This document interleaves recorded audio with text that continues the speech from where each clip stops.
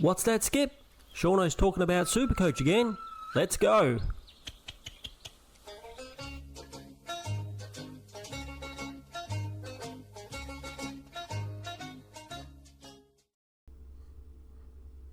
G'day everybody, it's Seano again and I'm back with some more Supercoach content.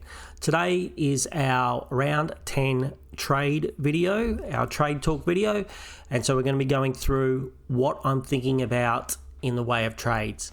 Now, this is going to be an interesting one, so hold on. Before we get into it, if you'd like to subscribe, give me a thumbs up and leave a comment down below. That would be awesome, helps me out a lot, and thank you so much for all the support that I've been getting from everybody. All right, let's get into the team. We've already done our round review, but as you can see, we got a 2,400. Not bad in the top 10%. We did go down a ranking that we weren't very happy about, but it wasn't a complete disaster. It could have been a lot worse looking at the carnage that we had out there. Now, this carnage tells us that we really don't want these rookies on the field, right? When it comes to trading, we had... let's go back to undo. I've already had a bit of a look. We'll confirm. So, yeah, we had Huswaite, Hewitt, Cleary, all on the field, or could not even smash a 40. They've been doing quite well for us. So far, they've been getting us reasonable scores, but this week they really did, let us down, the rookies, which that's what rookies do. You know, you don't really expect the rookies to be consistent, and they certainly haven't been this year. Unfortunately, the big problem is the cash gen. So cash generation has completely dried up, both on my field and on the bench. So that is a problem. So like we normally do with these trade videos, let's have a look, not just for me, but for the whole community. Who are our options for next week? Now, this is going to be a little bit tricky because there are not many options out there, not in the way of downgrade. So let's do the downgrades first. We'll go over here to players. We would like it to be, can we have dark screen for this as well? There we can, thank you. And if you'd like that dark screen option, you can get a footy scores extension, and it will give you the dark screen, dark mode. All right, so let's go Supercoach Plus. What cash cows do we have this week? We're looking at downgrades, so let's put the filter in. We don't want no one more than, say, 250k. Let's say 300. I mean, we're not going to get anyone at 300. We're actually looking for bargain basement rookies, but let's see. So Oscar McDonald, interesting one. On the bubble, could play with Shrek, the big Sean Darcy. He's got a pretty good name there, Sean, that Sean guy. Unfortunately, though, besides his good name, he always seems to be injured. So does Oscar McDonald get a call-up? Does someone go forward? You know, he played forward last time he played, so does he, even though he's a defender? For me, it's a little bit tricky to get him in because I don't really want to not take out any defenders. Defenders the only line that my rookies are doing well in. So, but if he plays and if he's named, I don't think he'll be the sub. You know, it's not the type of player to be a sub. So we'll start a sub, I wouldn't think, anyway. So I think he's a valuable option if he plays, if he's the replacement for Shrek, which is no guarantee. Box Shaw only played 50% time on ground. So that is a little bit of a worry, that in fact he only played 50%. A 75 and a 38. So if you had to play the whole game, you could have potentially got around the 70, 80 mark. We'll just confirm. I'm 99% sure that that was the case. If we go to fan footy, I guess might be the best way. You should also be on dark mode fan footy. Let's have a look at St Kilda and Carlton. There we go. Now it wants to do dark mode. So Hugh Box Shaw played exactly 49% of the game. Lowest out of everybody. Again, good old Ross doesn't even use his sub again, and he still only gets 50 cent a game. Ross doesn't like the sub. Ross has no love for the sub. 2 weeks in a row, he hasn't even used his sub. So, and he even had an injury here. Did he come on? Started as a sub on after 3/4 time for Higgins. Oh, he came on and he got, well, according to Fan Footy, he got 0 points. Surely that's not right. Surely the Collard got something. I was going to say, first goal, subbed off at 3/4 time for Collard. That must be wrong, right? There's just a missing stats line there completely. Fan Footy forgot about him. Ross forgot about him, and so did Fan Footy. Anyway, we were talking about Boxall. 50%. That is a worry, right? So we were worried about what was going to happen with Phillip, who came back. Well, did that affect the role? Phillip, who played mostly forward, starting forward on Silvani. He kicked 2 goals, 1 to get that 78. So don't be thinking Phillip, who's in the middle and be getting good scores. Apparently, I heard something around that they might try and bring him back into the middle slowly. But at the moment, on this game, looks like he played mostly forward. And he needed 2 goals, 1 to get 78, which means without those 2 goals, his score would have been not very good at all. Only went at 58% accuracy as well, so that's not great either. That would have hurt his score a bit. So yeah, that's a worry too. Let's go back. I hate how it does that every single time. It makes us want to do it. So Boxall, not great. Camporelli, we're still waiting for him to come back. Tunstall, we really don't know what's going on with him.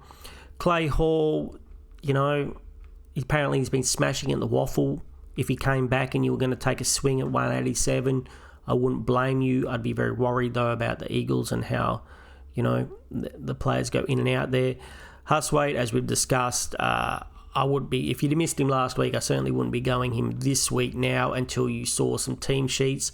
And even then, he was subbed off. He didn't start as the sub, so it's going to be hard to tell. And, Andy's going to be a problem. Sandy Brock, those of you guys that kept him, that's good. There are rumours that Gov might be out for longer, but I think that's just one journalist saying that he reckons, I think it was Schofield, ex-Eagle Schofield might be, saying that he thinks that because McGovern's had several concussions that he might be out a little bit longer. If you got Sandy Brock, great, keep him. I don't think I'll be going there at 152. Just like we said, you just don't know what's going on with the Eagles. Fonte, how did Fonte do?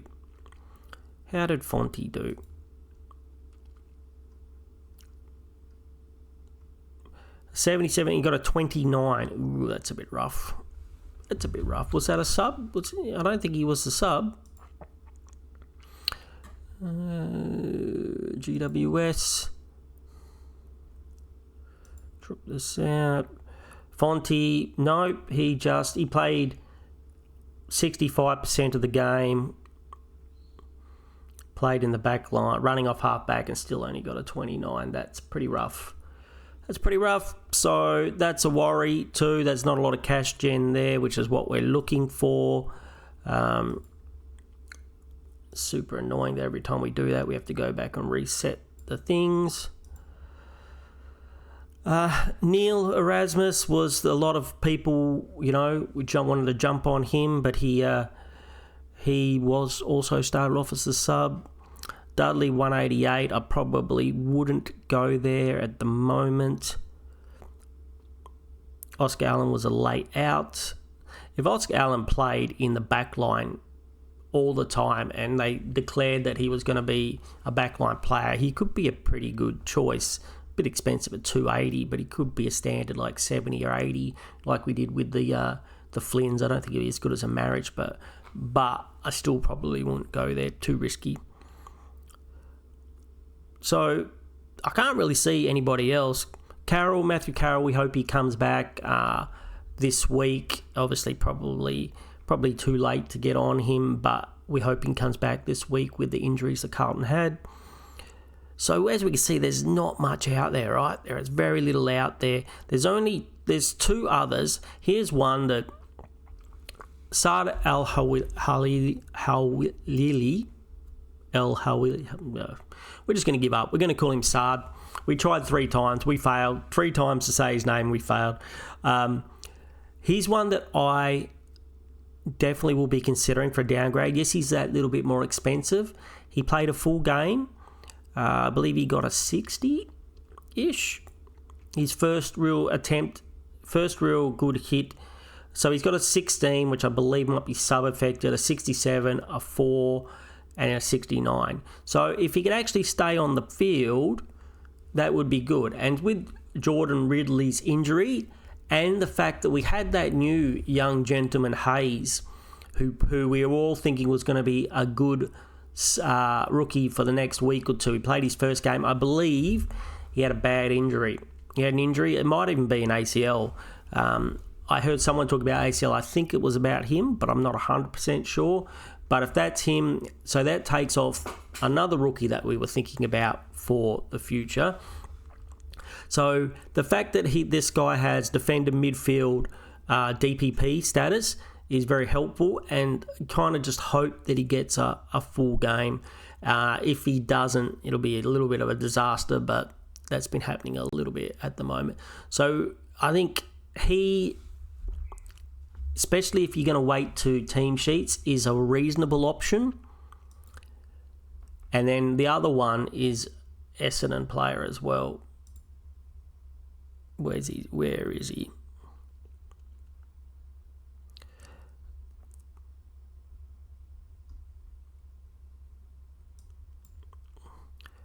Played less than 3. Where is he?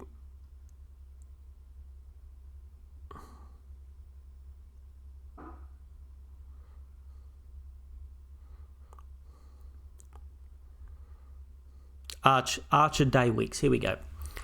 So 99k rookie, midfield forward, which we always like, the DPP, got a 33. So that's not that encouraging, right? And I believe that's off the full game. Did he play the full game? We'll have a quick look. Essendon. Archer Daywicks, first game, 1 goal from 6 possessions and 2 tackles, and he played 65% a game. Okay, so that's low time on ground, low TOG, and he needed to score a goal to get 33. Imagine what he would have scored if he didn't score that goal. So, that's a bit of a worry, and he's a forward pocket. He played the forward pocket player. That's why I kind of preferred to go for Saad, because he is running through the midfield, it says, and he played, honestly, he only played 66% as well, so that's not great. So Archer and him played the same amount of time. He did have 5 Muppet acts, 5 clangers, so that probably hurt his score a lot. He could have been, he might have even had a 90 or something. What did he get? 15 kicks, 6 handballs, 6 marks, and a goal. That's probably much more than the 69. If he goes, time on ground is 80%. 66 is his disposal efficiency. So that's much better. The fact he got 80% on ground, that's much better. Makes me feel a little bit more confident that he might get the full game. He might avoid the sub. So Lewis Hayes, first game, injured left knee landing after a marking contest. So that's the guy who we think might be the ACL, and the guy we were all looking forward to for 2 weeks' time as being a very reliable rookie. We were thinking he was taking that replacement of Ridley, as Ridley is injured for 10 weeks or 8 to 10 weeks or something like that. So he's no longer going to be an option. Maybe Saad gets the run then. Maybe I don't know if they bring someone else in, or maybe Saad gets the run. So that's the only downgrade options this week. So don't really like any of them. The one I like the most is this Essendon Saad gentleman. He's about the best. He's about the best. So what do we do? So what about trade up targets if we were going to go for like fallen primos? So let's go back to here. get rid of Essendon. And we will set our price range at 600 and over 400. Won't really be a premium. Let's say 450. If they're less than 450, they're not really going to be a premium, right? So let's have a look who we've got as options here. I mean, Dunkley at 539 got a 139. That's good. The McCluggage got a 120, also good there. And Zorko. Zorko, if you haven't got Zorko, I'd still think he's a viable option for the back line. So all the boys in the midfield and back line of Brisbane, if we're including Zorko there, seem to be doing quite well. They are a good team. They're going to win a lot of matches. They're going to score. The only slight problem I have is that there's so many of them. You also got the two Ashcrofts, even baby Ashcroft's getting a run through the midfield and doing really well. Didn't he do well this week?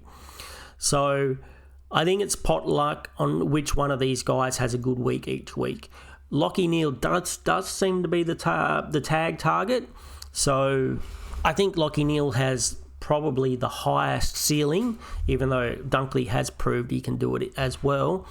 But I feel like he's the number one tag target. He's the number one tag target on the team. So, that's going to be a problem every couple of weeks. Like a lot of people brought in Lachie Neale this week, and if you made him your captain, I'm sorry to hear that. Ed Richards is killing it. Jack Sinclair, a lot of people are looking at Jack Sinclair. I already have him, so I'm not. But at that price, it's pretty good. And at 124, looks like he's found a little bit of form again. Nick Dacos, if you don't have Dacos, he's going to be cheap again in a couple of weeks. Probably around 580. Connor Rosie, I would really hold off from Connor Rosie. He's got that round 12 bye. If you really want him, get him after the bye. 135, he might not be that cheap after the bye, but, it's reasonable. The Shees is back in form, 170. If you got the money and you want to pay up for him, that's fine. Isaac Rankine, yes, 540 now. He went up 20k this week. He was pretty cheap last week, so still within options if you don't have him. This is the problem, right? There's no downgrade options, but there's so many value options up top. Jordan Clark at 519 seems a bargain. His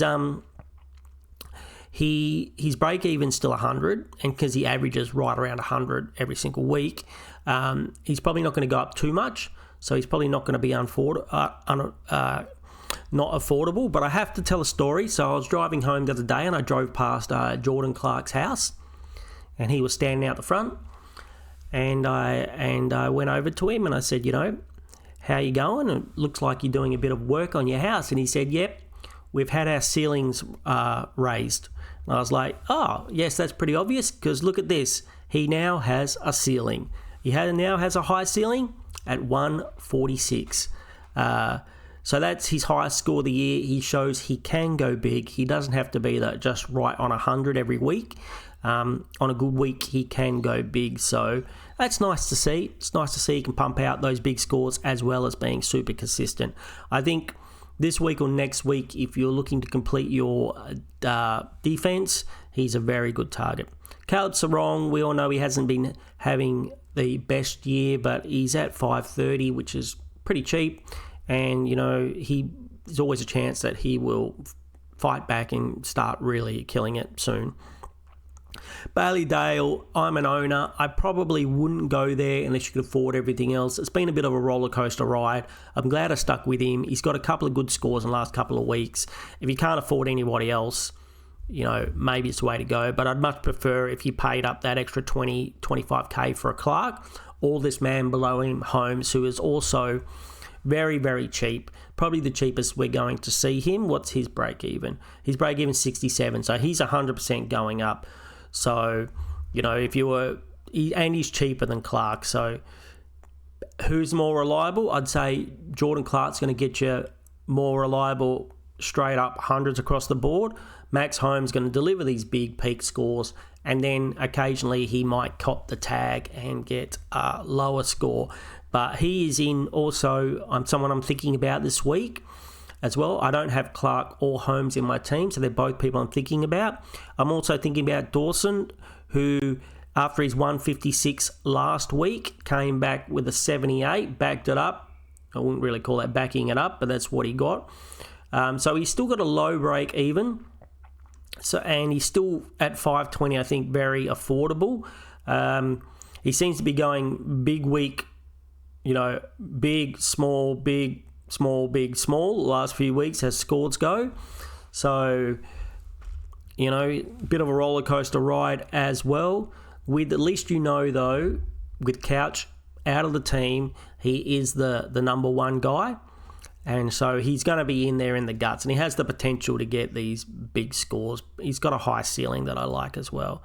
So he is in the talk. I don't own him, so he's definitely in my thinking about calculations. If you don't have Bailey Smith, you probably missed the boat, but you need to get him, you would say. Lachie Neale 580. He's got a massive break even. If you're still interested in Lachie Neale, wait a week or two. Will Ashcroft at 500. Like we said, he's got the problem with it is there's so many guys in that midfield, in that Brisbane midfield. There are so many good guys. He's very consistent. He had that one bad score, so I think you can pick him up at 500 and feel like you're going to get a 90 plus player most weeks. But I don't know if that's something I wouldn't be considering it. Jason Horne-Francis just seems to sit around the same price the whole time. So if you want to pick him up for that price, that's fine. Kennedy been very consistent, 97. He must have break even 100, so he's probably going to stick right around that price. Zach Merritt, if you bought in Zach Merritt, you'd be pretty disappointed if you paid up for him. At 589, he only dropped 6k with that score. But next week, what if they're predicting he's going to get a 108 and he's only going to go up by 3k. So he's going to hold this. He's going to hold his price by the looks of things, unless he has another bad score or he absolutely smashes it, which if I was a betting man, I'd say he comes out and smashes it this week. So if you're looking there, but it's kind of at the pricey side for me. Petrarca is getting up there now. I wouldn't exactly call him a bargain anymore. He's probably priced around where he's going to be. Patrick Cripps is still cheap, but again, probably another roller coaster ride. I'd only be doing it if you are looking for a pod. Same as Tort Miller, probably a good pod, but, point of difference. But I don't know if you'd be going there. Anybody else? Maybe Isaac Heaney, you might want to, thinking about going there. Chad Warner is still cheap, but I'd have preferred if you had picked him up when he was much cheaper. Same goes with Ryan Marshall, 500k. Would have preferred if you had picked him up, got as low as 450k. The one thing, so last week I got in Warner and Marshall, both knowing that they have high ceilings, but Marshall especially because at the beginning of the year, Marshall was 600k. So I got him in at 470. If he gets anywhere near that, if he can get to 550, 570, even if he's not a keeper, which, I think he can score as much as a keeper can, and being a ruckman, he's not going to get tagged or anything. So I'm hoping, even though he had these 60, 50, 60s, I'm hoping that he was a bit injured or something was going on there. I think they were against reasonably tough opponents.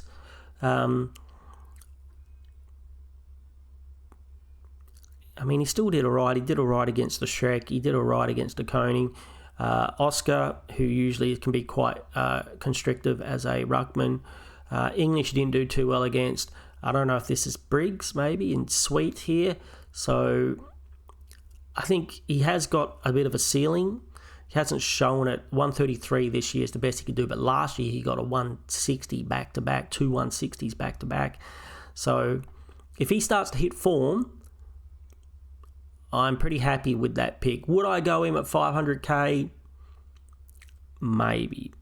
I don't like blocking up the flex position. At 450, I think he was a bargain, and I think, you have to look at, do you think that him at 500k is going to score more or less than, say, someone like Holmes at the same price? Who's going to score more by the end of the season? Who's going to be more consistent?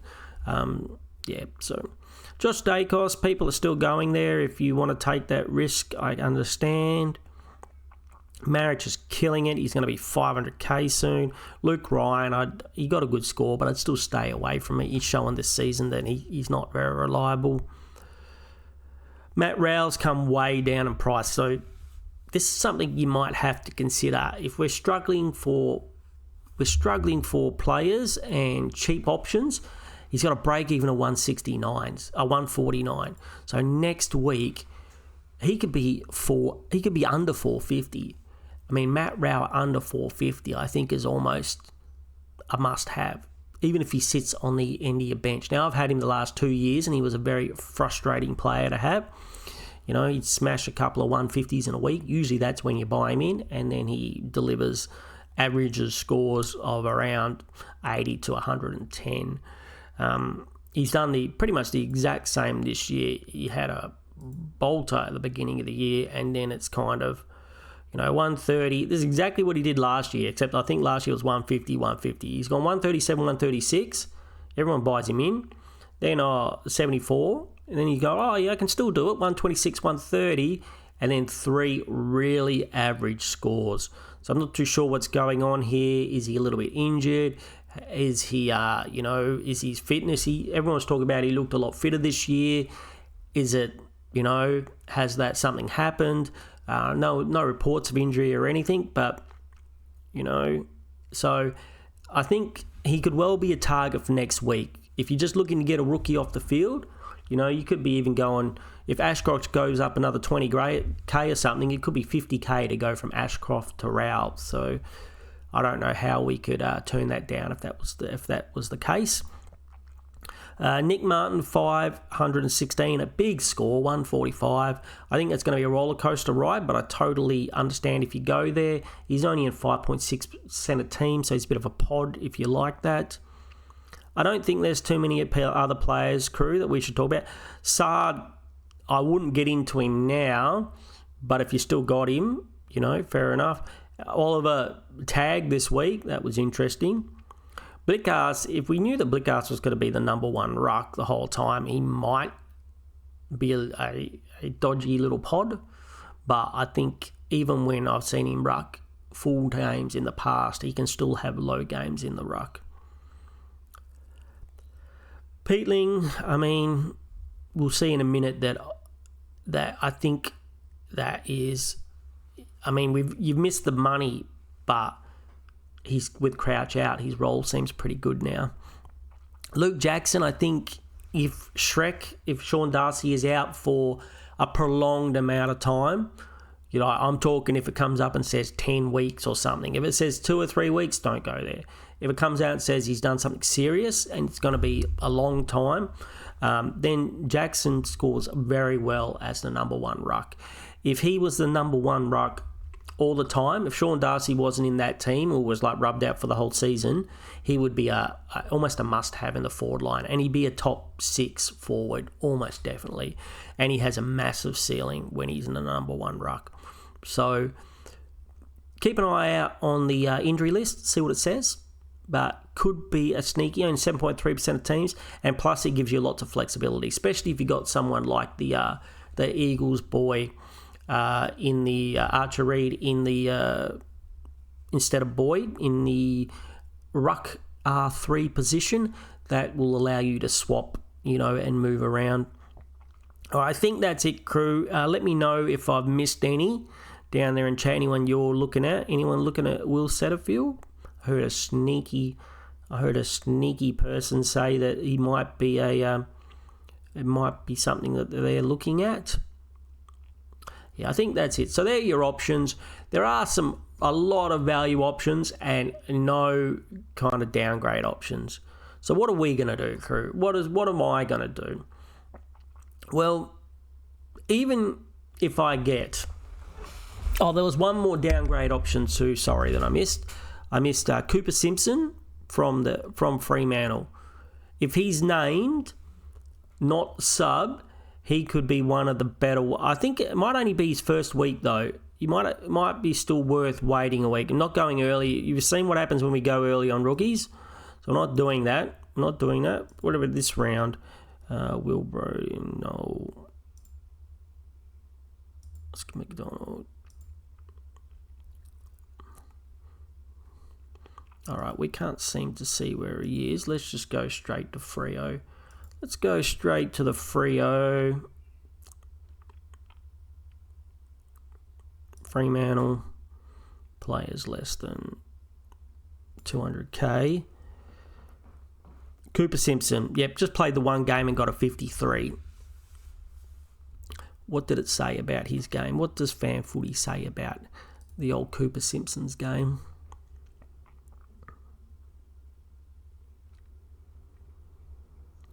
18 possessions, 6 marks, starting in defence.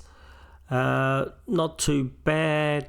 Only had 3 clangers, played 73% of the game at 77% efficiency. So I don't mind that. From a rookie, you'll take that every day of the week, right? And the fact he's a forward rookie, he is a forward rookie, right? Forward or defence?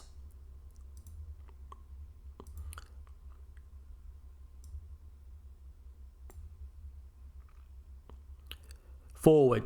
So if you're like me and your defence is kind of blocked up with rookies, you've still got your trainers and your Zach Reeds of the world, this could be helpful. So he's definitely one I'll be keeping an eye on when the team sheets come out. Let's use him for my trades just because he's cheaper. I still think that Al-Houli, Saad, I think I got it right that time. Give myself a little golf clap. Al-Houli, there we go, two times in a row. He'll be proud of me. I still think he's probably the better option, and he has that defensive mid-swap, which is nice, but he is more expensive. So the easy options for me is to go something just straight like, out of all my rookies on my bench here, I mean, obviously, let's put Lindsay on the field because we can't trust Huswaite on the field. He'll be on the bench. If he plays a full game and get a good score, great. I'll chuck Henderson on, who's probably not going to play again. So Henderson doesn't make enough money for us to do anything. Let's just face it. He's just going to be there as a, straight up try and link a loop to get these guys either on the forward. The good thing is I can move him from forward to back to get him wherever I want. Unfortunately, the same as Patton here, who managed to go backwards somehow, managed to play a game and get 6, which he must be in the sub, right? He must have been the sub. But, you wait all these time, you're like, yay, he's going to play. And then he was the substituted off. In third quarter, though, in 3 quarters or 2.5 quarters, he gets 6. He played 60% game time and got a 6. That does not fill me full of confidence for the future. Let's be honest. That's not confident. He went down, 150k rookie. That went down. So he's got a break even of 50. He hasn't got anywhere near that. He can only get 6 from playing half a game. So that's a real worry. But, the only thing I could potentially do is get rid of him for Simpson, I think. That's the only thing. I kind of half hope that he's dropped, really. If he can't even... Because the likelihood of him getting a 50, it seems pretty low. If we're going... Has he ever scored a 50? Has he scored a 50 this season so far? I got a 67, but then a 43, a 36, and a 6. So one out of 4, which doesn't 25% chance he makes his break even. I do not like those odds. All right, so who's the rookie that can make me the most money if I cull them? it's pretty much Kako. I mean, like we said, we need people on the field, so I can't really be taking these rookies off the field. I don't want to put Kako on the field, and I don't want to put Corey Warner on the field, and I don't want to put Patton on the field. So pretty much I have to keep these 3 rookies, unless I decide to upgrade Ashcroft. But even then, like, you still got a little bit of money to make. I think Ashcroft could be the one to go to do next week. Or the week after, or when you need the buys. If he gets 85, he gets 15k. He's been killing it. He had a really good game. At halftime, he was one of the top scorers. I think at quarter time, he might have been on top of the scorers for Brisbane. So it helped that he kicked a goal, but, I'm calling him Baby Ashcroft, is doing a very good job for us. Hopefully Hewitt can do a bounce back, and Lindsay, well, hopefully this 70 is back to what we know. Last week he didn't have the greatest of games. I think he got about a 50, but a 70, this is what we want out of him, and he's enough to have on field at a 70. So if Hewitt could just get a 70 here, if we could have 70, 70, 70, we'll live with that. We'll take that. Now, Cleary also has been quite good until this round. His scores have been reasonable, with a few pretty good ones. This is by far his worst round, which has really hurt his cash gen. But like 66, 81, he did get a 30 here, then 89, 63, 35. So if he gets a full game, hopefully that means he can bounce up to a 60 plus again. Like we said, if they're projecting it's a 60, he's only going to go up $2, well, $2,000, not $2, $2,000. And then if he gets a 60 the week after, he's still going to stay the same. So it's only, he needs to basically score 63 weeks in a row or more to start going up again. And even then, they're only predicting him at 12 and 9. But as for my options, I don't have very much option of anybody else to put on the field, and at least I know he can get an 80. I'll be happy with the 60 or a 70, but he can get an 80. So our theory of getting rookies off the field, we didn't really get rookies off the field last week. We got 2 premiums and a downgrade. We got Marshall, Warner, and Huswaite went down. But we had to get rid of Bice and Flynn for doing it, who I guess started off as rookies, but by the time we got rid of them, they were more like mid-prices, putting out reasonable scores. So really, let's see, how much money can I make if I get rid of Kako. Say we go Kako, and then I will push Warner up there, and we'll go the Freo boy because he's the cheapest. We'll go the Freo boy. I think he's only played one match though, so I'll be going early on him, which I don't like. So maybe we won't be doing this. He's only played one match. Be very dubious about going early on him, but if beggars can't be choosers, so if this is what we do, we make a little bit of money.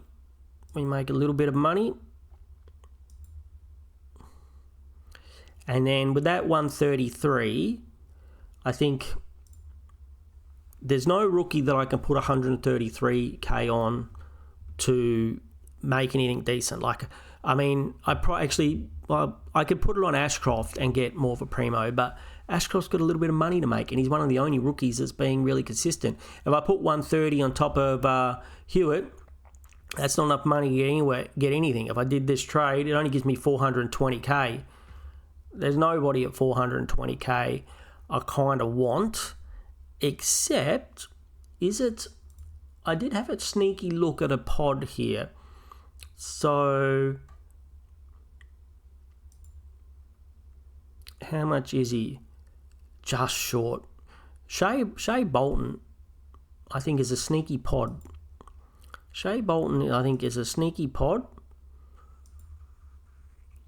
But we can't afford him. And that's with the rookie we gave us the most. Kako gives us the most money on the bench, and Cooper Simpson, who I don't really want to get because it's only his first week, gives us the most value. So is the cheapest rookie. So I don't love it.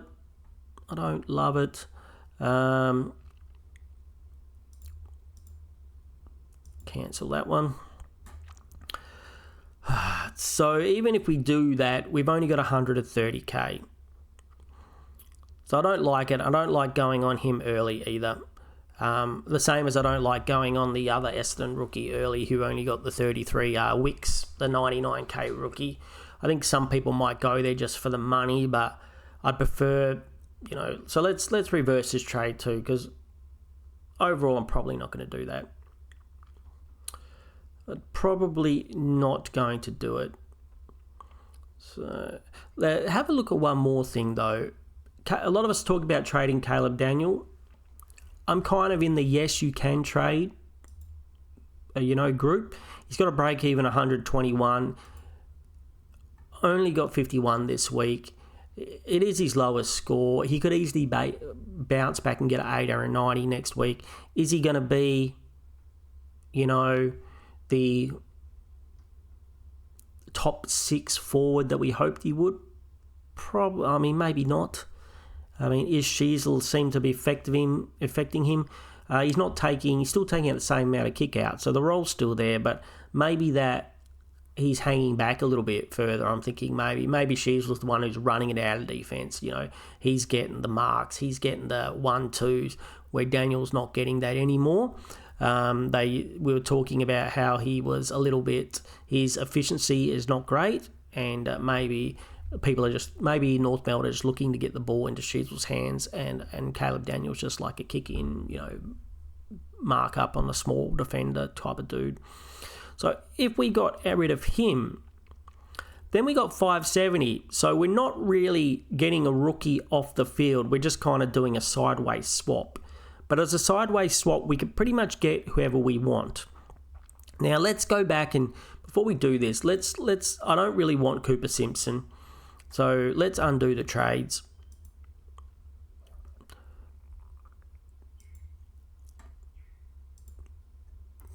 So let's. I'd almost prefer you to go on the 99k than Cooper Simpson. Not that I can think he's got any more job security, just because he's cheaper. And if you get shafted, then you're going to be less shafted. You're still going to be shafted, but it's going to be less shafted. All right, so let's drop Kako again. Let's get his other Essendon mate, the one that I wouldn't exactly call it keen, but the one that I'm willing to, put up with. Seems a bit rough too. Less than 200k. There he is. All right, that gives us 98k. Now, we could go out Caleb Daniel, and for 538, we had a look at all those options of the, the players that we were potential upgrade options, and so we could go, and we've got a fair bit of flexibility in our team, so we can pretty much get whoever we want in any line. So if we move Warner up the forward line, we can get the likes of Jordan Dawson, Max Holmes, and I think, can we afford Dunkley at 538?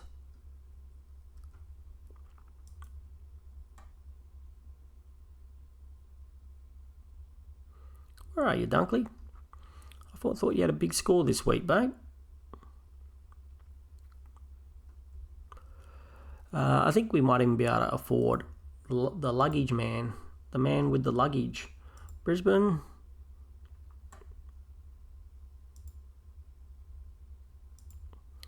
Why? We can't afford him? Dunkley, yep, is just a bit too expensive. And McCluggage is just a bit too expensive. So all we can afford there, we can get Will Ashcroft. But I'm not buying into Will Ashcroft at the moment. Players I can afford. So I really think the two options for me in this case would be a Jordan Dawson or a Max Holmes, or we do have a sneaky other way. We could always bring back Sinclair into the midfield and get Jordan Clark as well.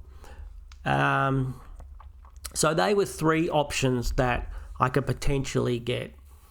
Now I do have another sneaky option.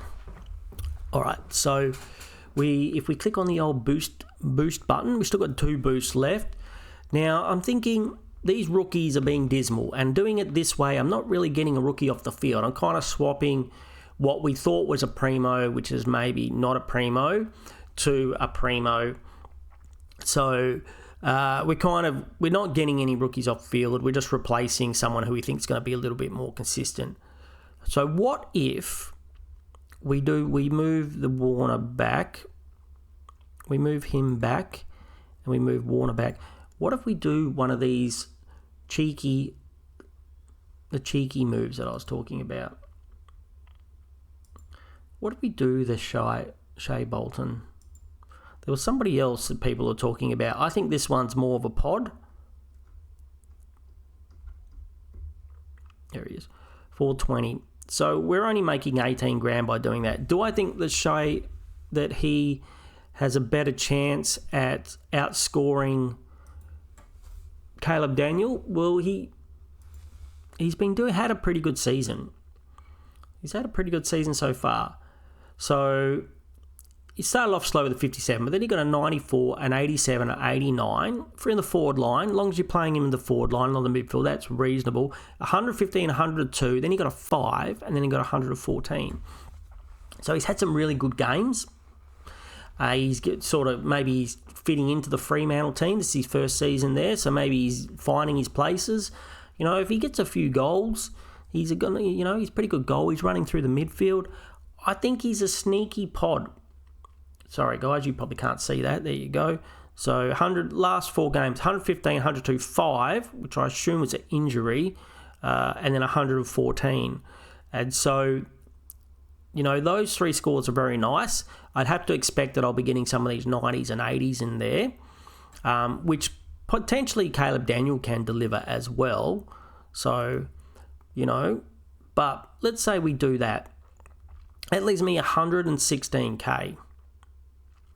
Now, can we do a sideways trade? Now, I never say trade out your primos, you know. I'm going for the value. I've been saying going for the value for the last weeks, but there's a problem.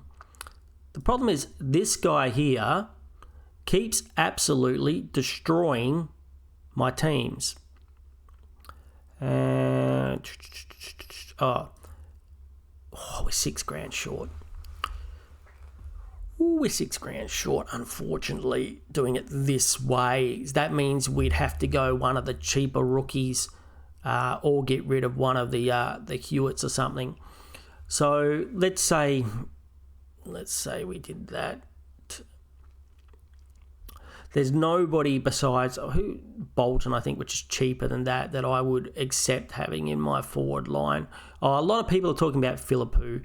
Honestly, I wouldn't go Philippou until he proves he can go in the midfield. But say we did go Philippou. Just for sakes.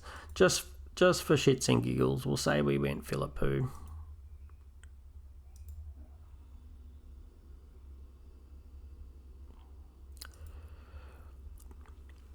Okay, say we did this. Now, will Philippou score the same or better than Caleb Daniel? Probably not unless he starts getting full mid-time minutes, which I guess is acceptable, is a possibility, but, you know, is it going to happen? When's it going to happen? You know, otherwise you're stuck with a dodgy mid-pricer in your midfield. Unless with Shea Bolton, I know he's going to be pretty consistent. I've got a feeling if Philippou keeps this like forward role, he could drop a 50 or a 40 pretty easily. But let's say we do it this way. Complete trades, confirm. Now, yes, doing the sideways trade from TDK to Cherry or Sherry sounds a little bit crazy, but here's my thinking. I can't get any rookies off the field. They're still going to have a chance of giving me those crappy 30 scores. But if I've got Sherry in the team, if he gets a 150 plus or whatever, he almost makes up for those scores. He almost, you know, I'm paying an extra 130k on top of what I probably would get, or even, you know, if I'm picking up a 500k midfielder, one of the bargain dudes this week, it's next to 180k. And I thought about doing this last week, and he went up 50k this week. But then again, the two players I got last week, the Marshall and the Warner, they made 50k each. So it kind of evens itself out if I'm trying to justify it to myself. But this way, I get a vice-captain, captain option every week, except maybe this week where it's a bit, they both play at the end of the round, and then, you still could do it. You could put the vice-captain on Sherry, who plays in the morning on Sunday, and then in the afternoon, if he's killing it at half-time or three-quarter time, you chuck Gawn on the bench because Boyd doesn't play the last match. So this is still doable. But this going forward, this I feel is the safer captain option. You don't even think about captains and vice captains every week. You just do this every single week. And if one fails, the other one's probably going to save you. So they're not going to be tagged. They're not like your Nick Dacos, which I had my vice captain on this week, which there's a chance he'll get tagged. Or, this week if I go to Brayshaw, there's a chance he gets tagged. You never know. You got it on Lockie Neal. The people that had their captain on Lockie Neal this week and he got tagged. So no one's tagging a ruck. The best they can do is tag team them by putting like two rucks onto the one ruck to try and nullify, try and reduce their influence on the game. But the fact that I'm looking at, even if these boys got 30 and 30, so say they normally get another 30 points each. So I'm missing out on 60 points from the rookies. If one of these dudes is the captain, they only need to make an extra 30 points. And they've covered that 60 points as the captain. So maybe I can live with those 30 scores. I mean, I don't want the 30 scores, I might feel, but maybe I can live with them if I've got Sherry smacking out 150s and it's a guaranteed captain. Like, this could have been a disaster for me this week if I had gone vice-captain Dacos, which I did, and then Gawn had a bad game, got an injury or something, and only got like an 80 or a 90 as well. That would have been a really bad round for me. So I think the chances of that are it can happen. The chances that both Sherry and Gawn go shit on any one particular week, I think is a lot less. Like I said, they're not going to get tagged. You don't have to worry about the tag. You just have to hope basically hope they don't get injured. If they don't get injured, they're going to get you 100 plus. And on a good game, we saw Max got the 180 last week. Sherry gets the 180 this week. That extra 80 points. Like, TDK got 100 this week. And if I trade him out, make sure you hold him because I guarantee he'll go 130 plus next week.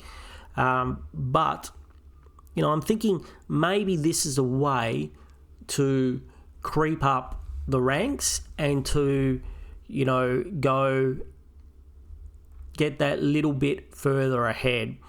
So I don't like having Philippou here. I might try and work it out in a way that I can get a little bit more money. Maybe that means I have to sell Cleary or I have to sell Hewitt for one of the rookies, which I don't really like. I really don't want to sell Reed or Trainer yet, even though there's 46 in Trainers. The 46 that Trainer delivered makes me think that he can go if it gets me what I want. Now, I'd like to keep him. I would like to keep him, but I don't think, so he's only got a break even at, 36, so still low. If he gets a 55, he gets 8. But if he comes out and smashes a 75, he goes up by 18k. And then they're thinking he's getting 55s. I think he's better than a 55 player. I think he can get higher than that. But if he does, if he does come out and get the 55s, he's only going to make another 5k anyway. Oh, sorry. Plus 7. He will make, another 8k. Another 8k or so if he comes out in 55s.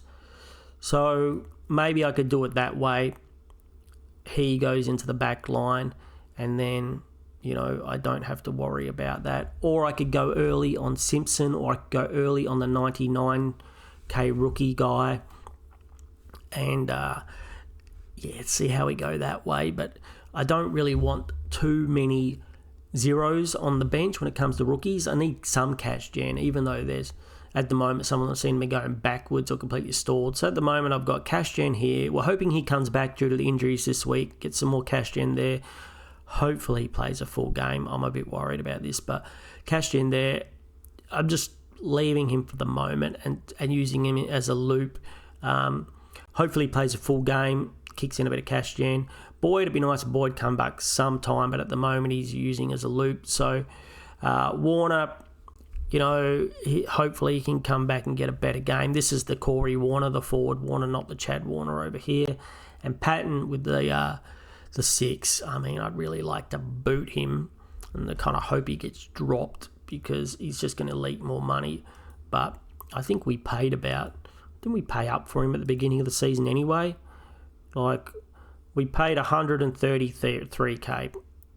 So he's made 25k. Not very impressed, to be honest. Not very impressed with him at all. So those are my kind of plans for the week, crew. Do you think that I missed any downgrade or value options to upgrade to? Is anyone thinking about going the big man as I am, doing a crazy sideways trade? I'm telling you now, if I do this trade here, you can all thank me for the guaranteed massive score that TDK is going to get. But this way I feel like I can ride out the shit rookie scores until the buys, and then hopefully come early buys, the plan will be hopefully get some defender rookies where I can drop, the Reed. If I can almost go one down from trainer, if we don't have to do trainer this week, to one up. Reed could be at 450. He could be very close to, you could chuck 50, 60k on him and get a fallen primo, which will be brilliant. Chuck Shees in the back line there, complete the black back line, and then have whoever's at that. If we're looking like this week, it'd be a Dawson or a Holmes or or if we want to keep Sheasel in the midfield and put Jordan Clark in the background there, in the back line, not in the background. Nobody puts Jordan Clark in the background, especially now he's had his ceilings raised. Cool. So that's what I'm thinking of, crew. What are you thinking of? I think it's a very tricky week with trades. If you have not many trades, I wouldn't even blame you if you didn't trade at all and just rode it out. I think after this week, there's going to be I think it's basically just going to be a case of trading down to any decent rookies to try and put a bit of money in the bank for the buys. This week will be week 10. The buys start at round 12. So that gives us, if we use the boost again this week, then the week after, I think we only do whatever trade it is to get the best rookie, if there are any rookies. If there's no rookies, we don't trade. If there's rookies, we trade and we try and put a bit of money in the bank. Because this only leaves us, we get left at 100k this way. But I'm telling you right now, Philippou won't be here. We'll work out a way that we'll get Bolton or somebody else, or keep Kayla Daniel or somebody else here to do this move. I just think this is maybe a little bit too risky. Who knows? We still might go with it, but at the end of the day, I think you're hoping that Philippou's going to score more than Caleb Daniel, and I don't know if that's really going to happen. All right, crew, thank you very much for watching. If you're still with me, hit that subscribe button, hit that thumbs up, and leave a comment below. Next video, we might do a live video on Thursday morning after the Wednesday night teams, our last minute panic video where we have another chat about trades and just talk everything Supercoach, shoot the shit, as they say. They're always fun videos, so please come along and join in with a bit of a chat if that's the case. So that's it for today. So I hope you all have a really great day, and I'll talk to you all soon. Take it away, Skip.